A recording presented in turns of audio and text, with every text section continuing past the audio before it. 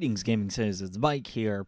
I recently got word of some news concerning the Persona series, and I thought this might be a good time to try my hand at covering topical things as they develop. If this is something you want to see more of from me, let me know in the comments down below. Our gaming news for today comes from YouTuber Scrambled Faz, who covers the Persona series on his channel.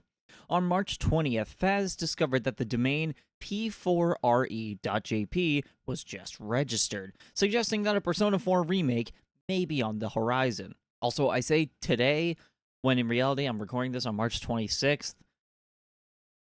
I am not good at doing things on time. Now, to some, a domain being registered doesn't mean a whole lot. But when you consider that this exact same thing happened with Persona 3 Reload 3 months before that game was revealed, now you'll start to realize why people are talking about it. Naturally, this news is sparking a conversation that I wanted to cover, with my biggest question being, is a Persona 4 remake really necessary? Join me as I dive into reasons why a Persona 4 remake makes sense, reasons why Atlas should have just waited on this one, and some concerns I have about the Persona 4 remake if it's a real thing. So we're going to start off with the reasons why it makes sense. So, for the first one, we have that it's culturally relevant. So, in an era of misinformation and disinformation kind of taking over the media, releasing a remake of Persona 4, which has a theme of pursuing the truth, kind of makes a lot of sense for the modern era. We've been seeing Atlas cover these kinds of real-world themes in their games. Not even just recently, but just that's how the Persona series really has been. Persona 5 came out at a time where people were really, questioning authority in some cases. And Metaphor ReFantazio was a really good example of, democracy being a huge theme in that game, considering real-world events, we'll call it. So I think releasing a remake of a game that's all about pursuing the truth kind of makes sense for the modern day. The other reason that I think a Persona 4 remake would kind of make sense is that Persona 4 Golden isn't necessarily stunning visually. The graphics aren't bad, but seeing Persona 4 in Unreal Engine 5 could be really cool, because it really did a number on Persona 3's graphics, and that game looks fantastic. However, I do have to say, it's a little hard to criticize the size of the overworld or the visual style of it, because it's supposed to be a bit drab and plain, and it's a small town. It's not supposed to be a bustling metropolis like Persona 5. But, a bit of a graphical upgrade could probably serve this game decently well.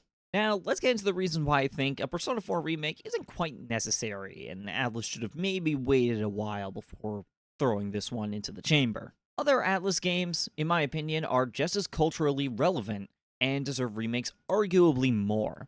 When I was writing this video, I immediately thought that Persona 2 would make sense to be remade. And we know that, Atlas has gotten a lot of responses from their surveys asking fans what games they want to see remakes of or remasters, etc. And Persona 2 was top of the list.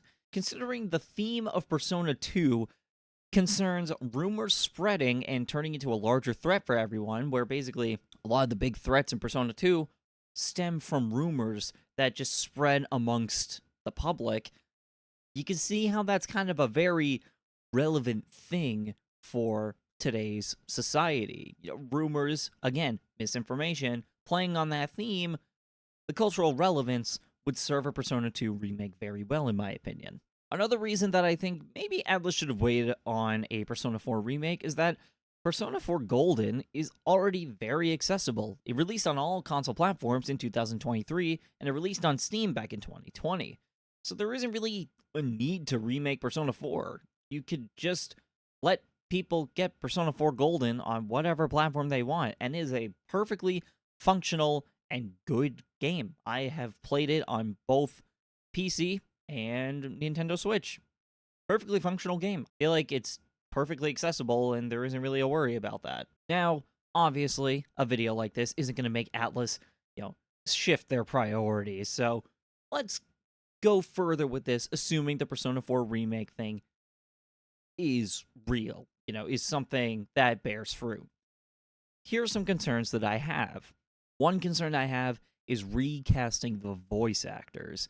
Between the original Persona 4, Persona 4 Golden, Persona 4 Dancing, and Persona 4 Arena and Arena Ultimax, the original voice cast has gradually been phased out, where several voice actors just either retired or were just replaced, or maybe they weren't available for a particular role, so they were kind of taken out of the usual loop for voice acting. They weren't able to reprise their roles for whatever reason.